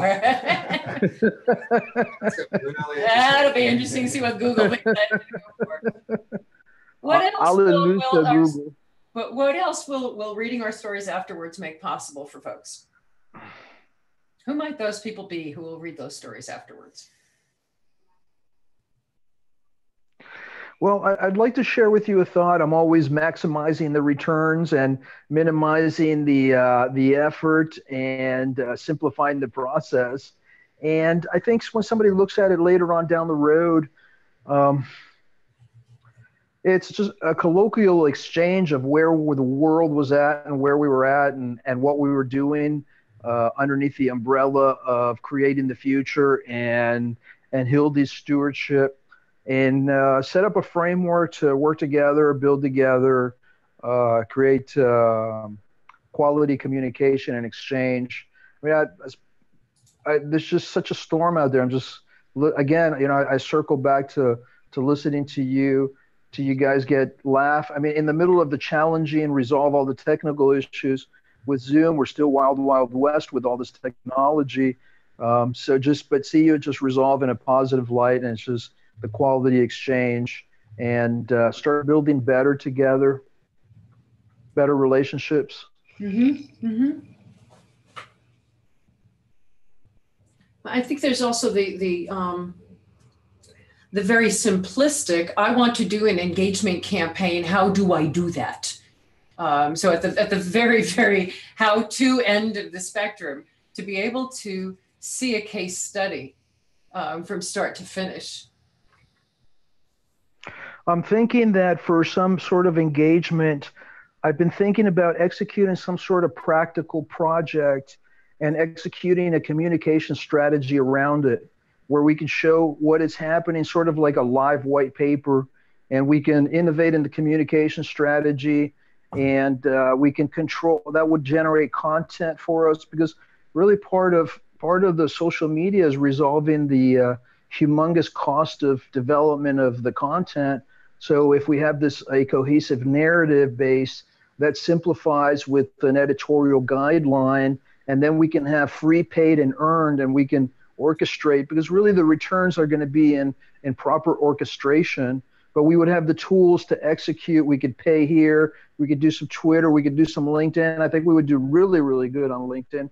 I'm thinking a communication strategy for my network, which would be a broad appeal.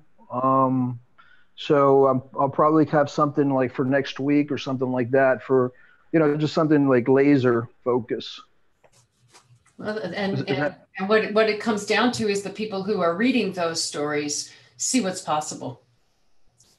See what's possible, regardless of where they read it, whether they read it in social media, whether they read it because we're not there yet, but wherever they read it, wherever they see it, wherever they hear it, I think that seeing what is possible.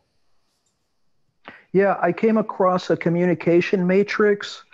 My God, there's some incredible content online. What an amazing place, the internet! But I came across this grid for producing content, short, medium, long term, about us, about what we're doing, and about the product or how we do it in the product. We'll talk about it, but we can create some variables and make it really easy to manage, just so we don't have intensive resources. Just the quality of all you wonderful people creating content. I just get a little excited at the potential. It is. Sorry. It is. And we're not worried about. Sorry. And we're not worried about managing it, and we're not worried about being efficient with it yet. We're really just looking at making sure of what all of this makes possible for those folks. I do want to get back to Laura. You had suggested early on, one of the for whoms is really everybody out in the universe that these people ripple from. The people. So I have a conversation with Mary Jane, and Mary Jane has a conversation with her husband, and her husband has a conversation with their 3 kids, and et cetera, and et cetera. If one question changes or whatever, what do those conversations make possible? What do those ripples, what are we making possible in the one conversation? What are we making possible for the ripple conversations? More joy. Better outcomes. Talk about outcomes. Well, I was thinking in the terms of the parent and child conversations. They're so important, and they're so often unsuccessful because the communication is not open and trusting. The number of times that the stories of our intercommunication, so in the conversation with Mary Jane or whomever we're having the conversation, Mary Jane suddenly has become our person. Invariably, it will come up that catalytic thinking is about how we be with each other no matter where we are.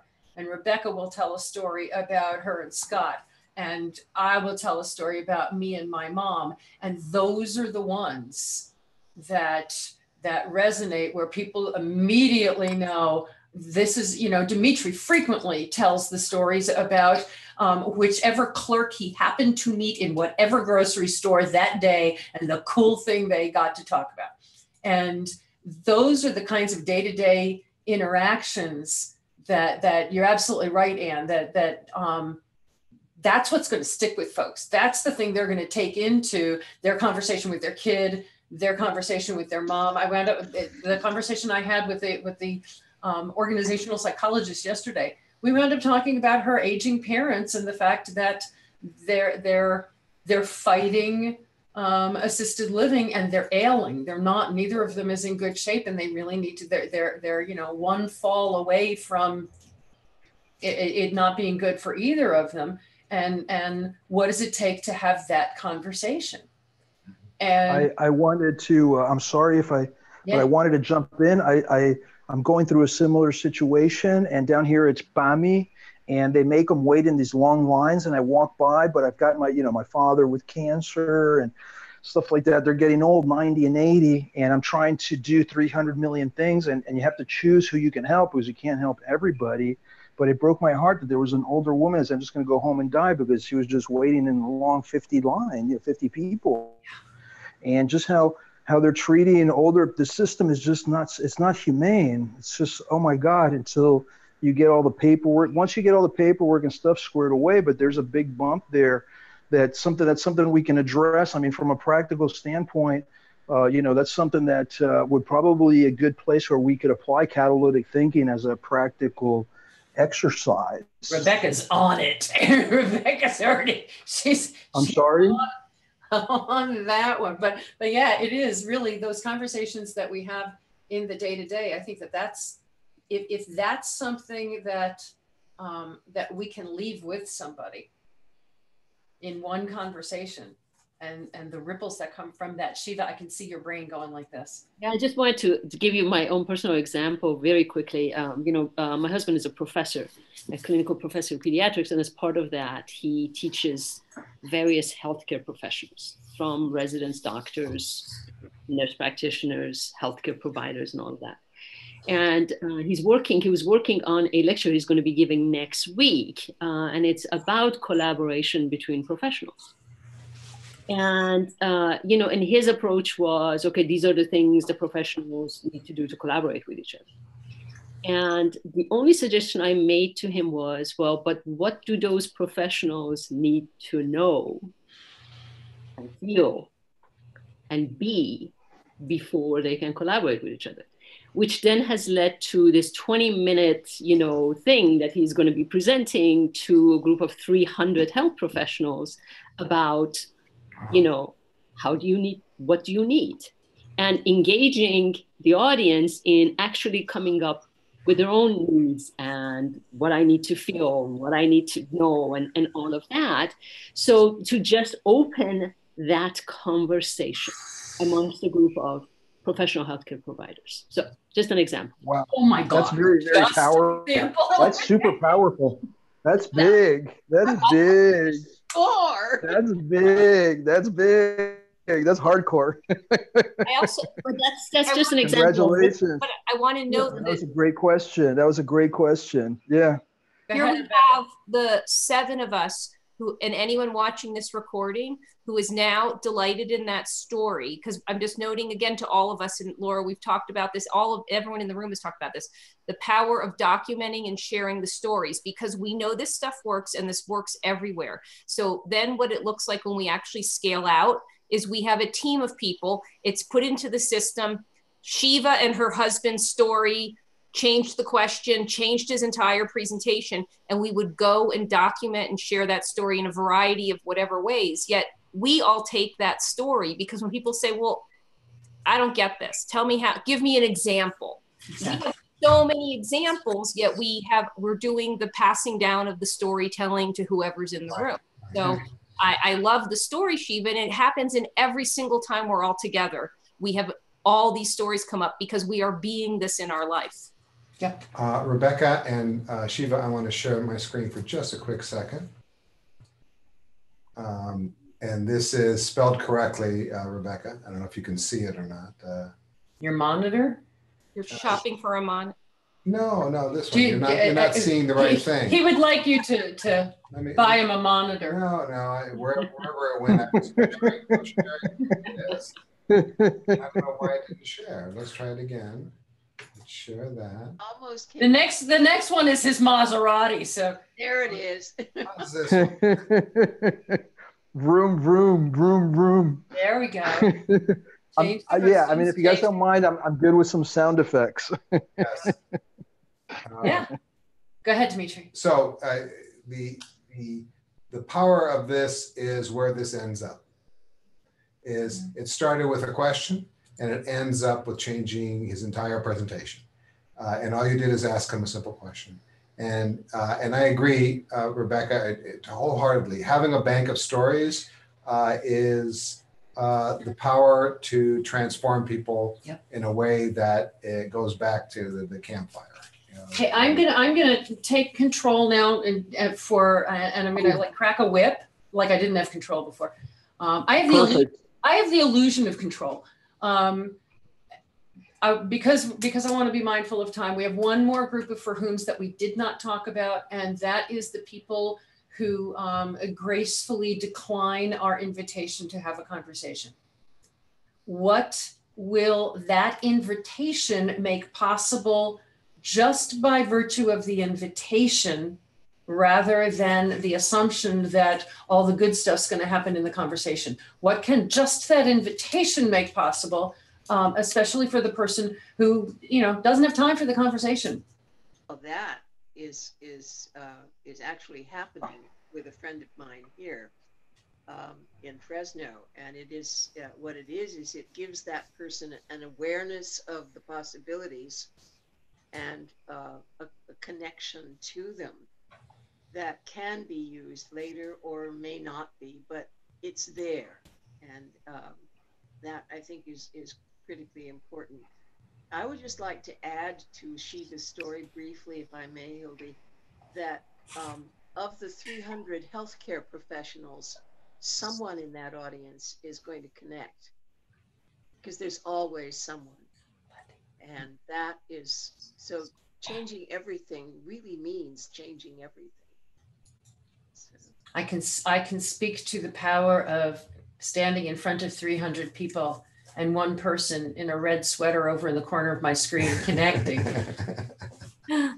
Actually, that's two of them. Shiva too. Yeah. Well, if you have the invitation, yes. It's everything. You're honored, you're seen, you're heard. We know that the kind of language we would put in there is not formula. It's individual to that person. So they will get very much the explicit why I want to talk to you, you amazing human. Yep. Yes. Yes. Which I think to kind of build on that, I also think that it is although they may decline that particular invitation, it's like a reverse invitation to come back to me. Like, I have to say no to you today for whatever reason, but I now feel completely comfortable to call Rebecca up and say, hey, you know, that time I couldn't get together, I'd like to get together now. So it's almost like you're keeping the channel open. Yeah, there's something powerful about it simply being an opportunity for us to make a connection with somebody. Just to say, you know, we haven't talked in a long time, but it always sticks in my mind. We had that conversation about blah. And you know, okay, so let's look at people that we don't know yet, that we meet via social media. So if we think about how are we going to get to know some of the people that we want to get to know, we meet via social media. We have a Twitter conversation back and forth, or a LinkedIn conversation back and forth, however that happens, which is very easy because I can do it at the convenience of my desk while I'm doing 6 other things. And I say, you know, I'm working on a project, and your insights really, I'd like to sort of explore some things together. And they say, I don't have time. So let's look at that scenario there, where it's not necessarily somebody that we're reconnecting with that we already know, which is very cool. Somebody that we're connecting with that we've built sort of a new relationship with. What does the invitation itself, whether they say yes or no, make possible in that case? For them? For them.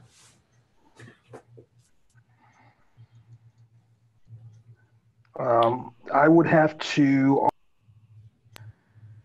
offer the sensation that the door is always open, and that there's a place where once you're ready and because it's just going a little bit back to what Ann said, and convey that quality and values and principles, and say, hey, there's a place there for me. Mm-hmm. Mm-hmm. So, hey, right now I'm just, you know, the whole place. And that was a little bit what happened to me. I mean, I'm most of my looking forward, there's things that I approach from a professional standpoint, but really it's about the personal experience that I had and the pleasure that has been connecting with all of you, and how warm it was, and just the quality of exchange and knowledge. I mean, I listened. You guys are just really amazing, talented people, and it's just a huge learning opportunity and building relationships opportunity, and having.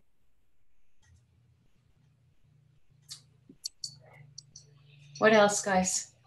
This one person that we don't know, and we've said, hey, I'd like to talk to you because I think your insights are terrific, and I'd like to explore this with you.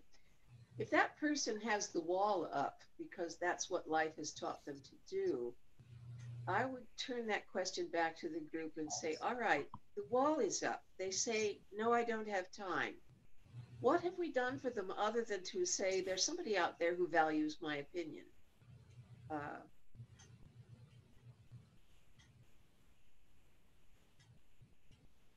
Mm-hmm.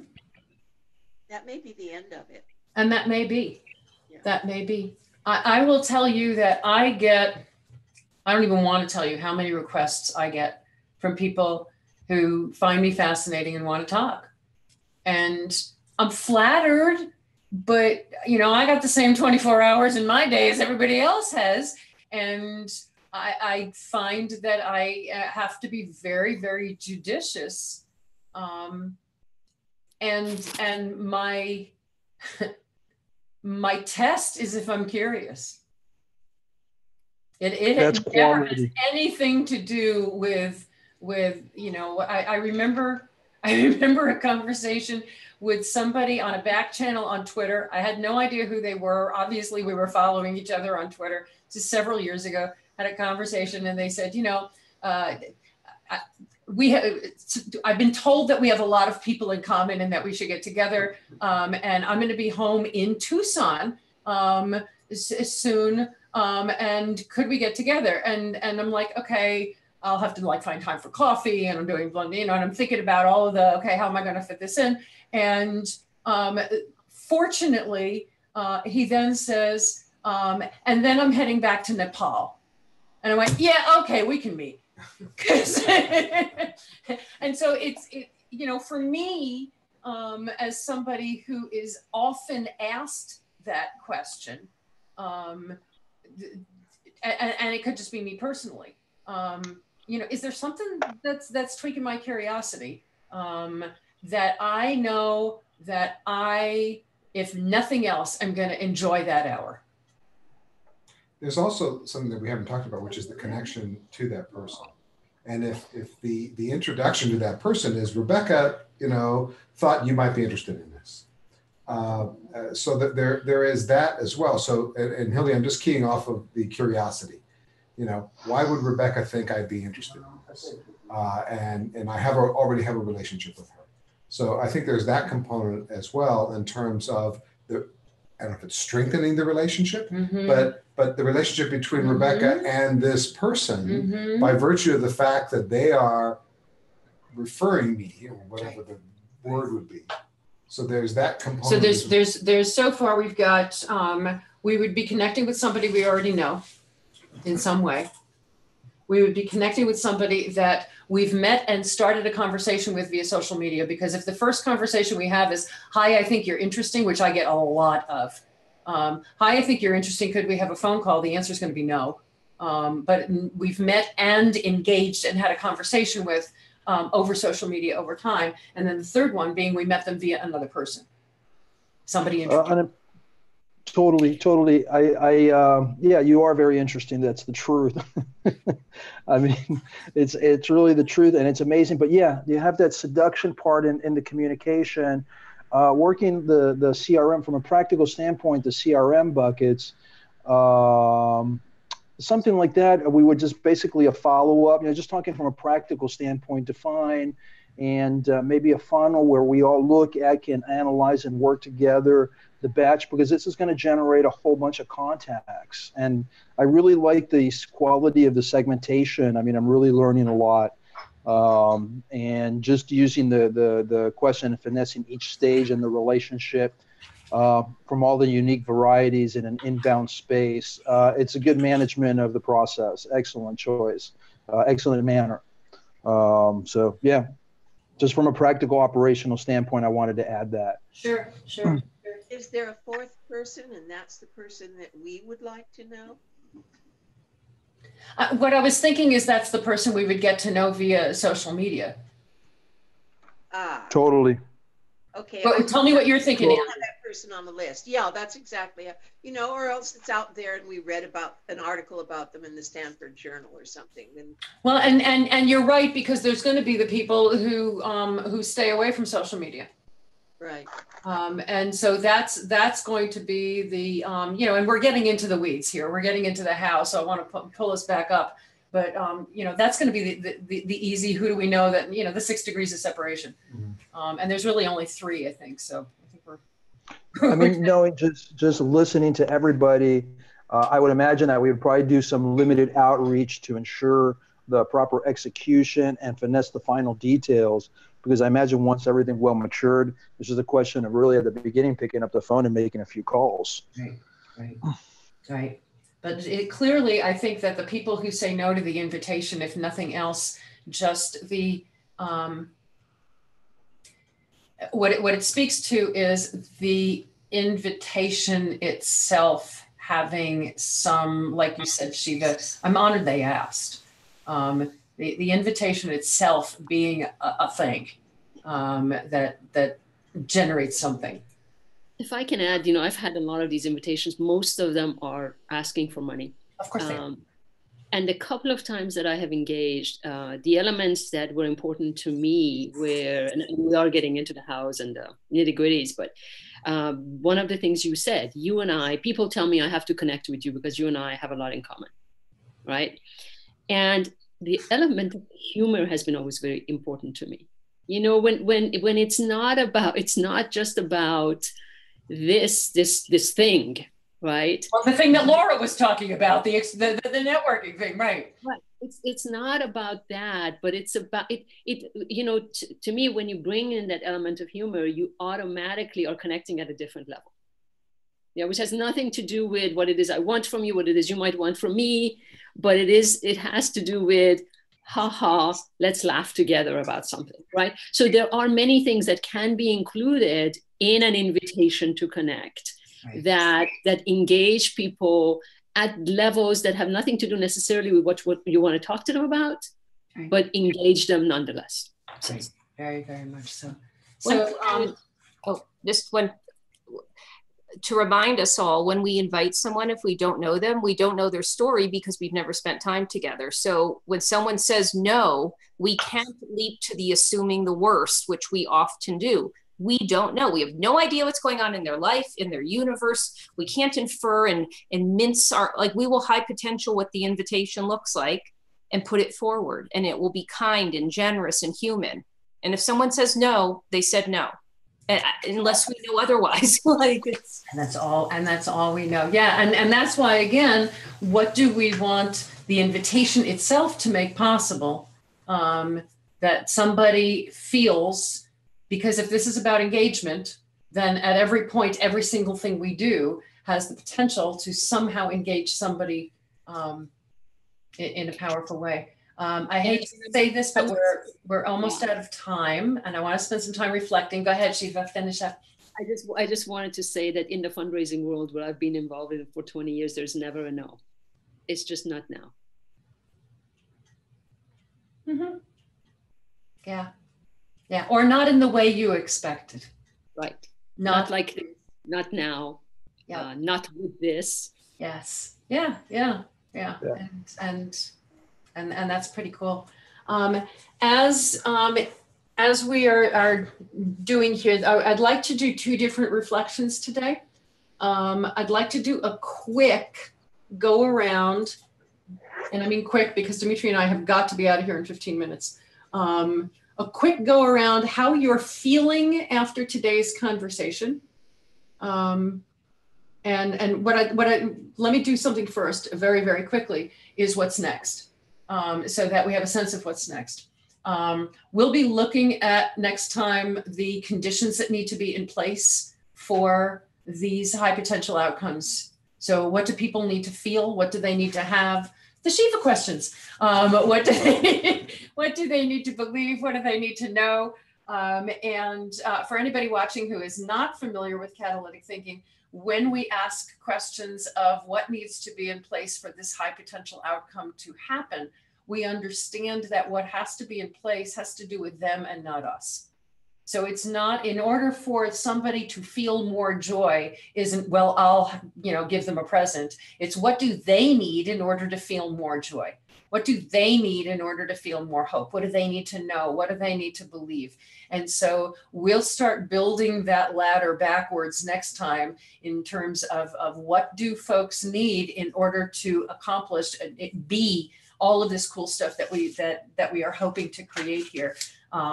From there, walking backwards beyond that, we will eventually, actions will become very, very clear. Actions will tell us what they are. We don't have to go fishing for actions. The actions will become apparent. And as we look at this, one of the things, and we're so grateful that Laura is here, one of the things that is going to be clear as we look at the actions and say, okay, what do we need in order to do those actions? One of them is clearly going to be systems and protocols and database and et cetera. And so the ability to start talking about that then, Laura's been taking copious notes for weeks now and doing this with her brain. So we'll just start engaging that conversation, but it'll come out of, again, coming backwards from, what do people need to know and believe, and then what are we going to do to create that? And so that's what's coming up soon on Creating the Future TV. So if we could do a quick go round of what you all are feeling about our conversation today. And then we'll do some reflection beyond that through catalytic listening. Anybody got, what are you, couple words, what are you feeling today? I really liked when you said creating the future TV. That sounded really nice. That sounded really, really, really nice. And be here, share with you that, all of you, is a wonderful pleasure. Yay. Thank you. Thank you for being here, Sergio. Who else? What are you feeling? I'd say a better sense of clarity. About? Well, about who we are thinking of engaging, what is the thinking process around that? What is it that I need to feel to be able to be a part of that engagement? So all positive stuff, good stuff. Good. What she said. Stinker. Yeah, I feel like it's a relief is the wrong word, but appreciation that there is this consistency in the model that so that while it was a very rich conversation for me, and I was very interested in hearing it, there were no completely out of left field surprises like, holy shit, I never even thought about that. What am I going to do about that? And so it was like a soothing of my overactive to-do list brain to know that, okay, we're going through our own process, and guess what? It works. If we could be soothing, we are happy to be soothing. Becca, how about you? Delighting in collective wisdom, the strength we get here together. Dimitri, what are you feeling? Clarity. Mm-hmm. On that, we've heard this, I've heard this many, many, many, many times, and every time there is a new clarity with it. So that's what I'm feeling. Yeah, and I'm related to clarity. I'm feeling context. I feel like I have a whole, because it's real easy to get the pieces parts, and it's really easy to go down the rabbit hole of actions and doing and how to and technologies and whatever's having the context to start with always feels very much like you, Laura. Just sort of, I can breathe in it. I can breathe in it.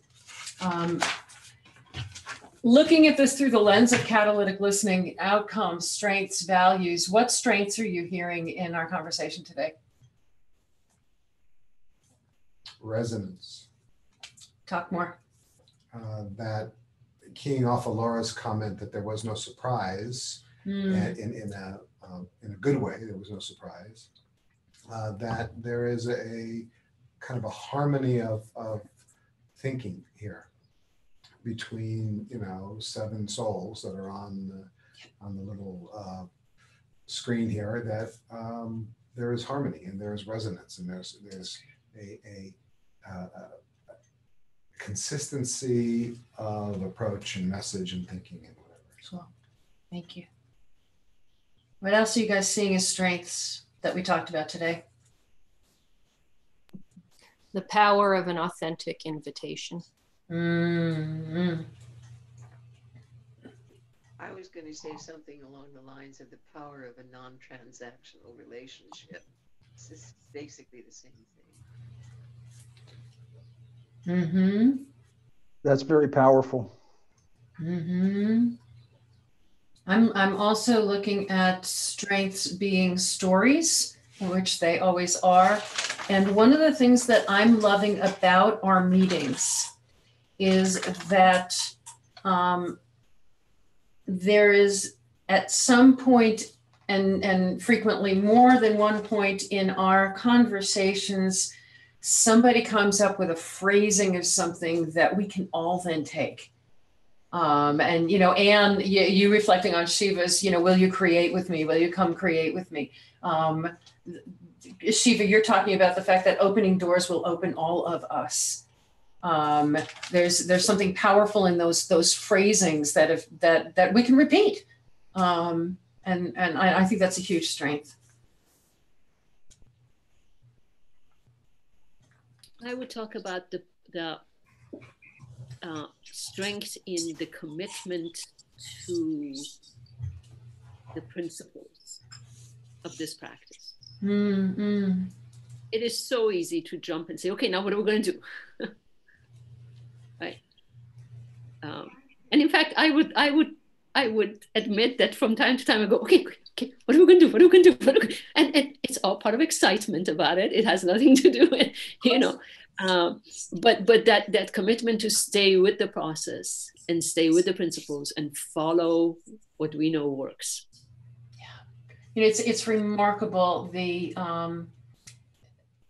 amount to which we are so easily hijacked by habit, and they're all thought habits, and the reactive parts of our brain. And the reactive parts of our brain are so hardwired. And it's why, Laura, you and I, the words that we were using is this is soothing. This lets that part of the brain just quiet down. You don't need to fire and knowing that we're going to get there. And we'll get there. You know, it's not that we're going to have these wonderful esoteric conversations and then go, yeah, well, we're not going to do anything. There's comfort in that, but oh my God, that part of the brain, Shiva, is like, it's 500 million years old. Well, and I would also add that we just all created something together. So let's not forget that. Mm-hmm. Oh, and that's a strength. Yes. Well, and what that speaks to is the strengthening of the relationships among us, and the sharing and the learning about each other. What about values? What values did you hear us articulate today? If you look through your notes or you think about it. I heard the value of joy. I heard a lot about authenticity. Kindness. Mm. Yep. What other values were articulated today? The worth of another person for themselves. Mm-hmm. Integrity. Talk about integrity. Tends to be a buzzword. That's why I make people define it. So the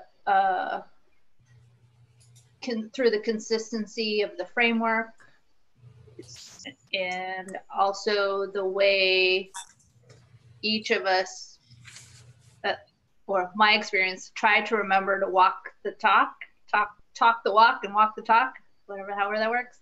So that they're all the different kinds of integrity. It's a truth. It's a honesty, no matter what happens. Yeah, beautiful. I also would like to add to what Laura just said about integrity. I think the other element of that is not being afraid to be known for that, even if it could mean that we would lose things, funders, people. Yeah. Yeah. The deep intention to walk our talk. Yeah. Yeah. It's the only way. There has to be a harmony in between what we say and what we do and what we think. There's an implicit language in that ability. I like fidelity as well. Like as far as when I think integrity, it's just that that fidelity in between those different things. You know, what we think, what we say, and what we do. Yep.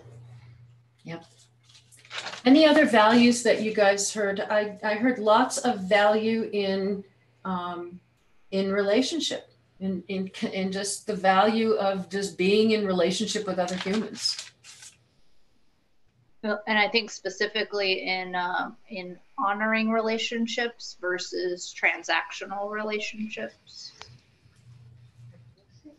Love that, honoring. The value of listening catalytically. So there's not, what we don't see are knee jerks, interruptions. Everyone is letting each other speak and then asking, tell us more about what you're thinking. We're walking the talk. So listening is very, very complex. I mean, part of my emotional and spiritual journey is on my own through reading, through connecting with others. I've been lucky to meet like a Sufi that was really evolved. He was he was Venetian.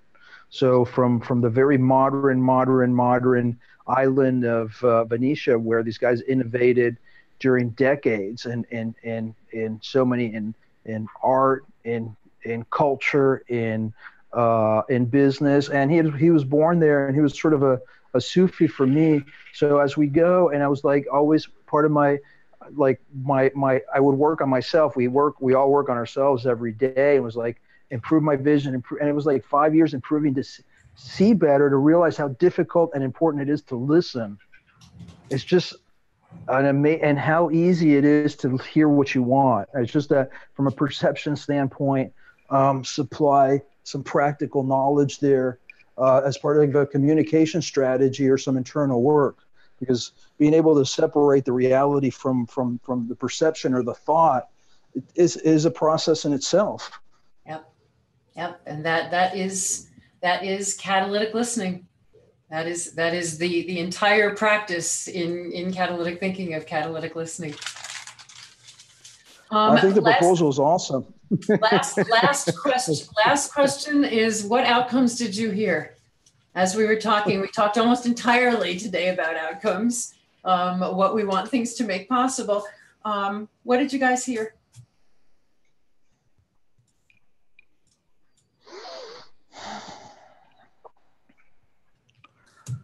I hope you don't mind. I give feedback a lot. I mean, part of the relationships that I build, feedback is an important component. Positive feedback is a challenge. Adding to the construct, because normally the person doing the show and tell has much more hours of execution on it, and it takes time to process. I mean, it's just part of the whole thing and the construct, but it's really solid in all senses, just the communication and just the idea of this open source design of creating the future, and the combination of the strategy and the techniques and your knowledge and your experience. I got to say it again. I'm just really happy to be here. It's such a huge learning experience. I love that open source co-creation of creating the future. No, totally, because I'm thinking a language. I'm already thinking a narrative. We've been working.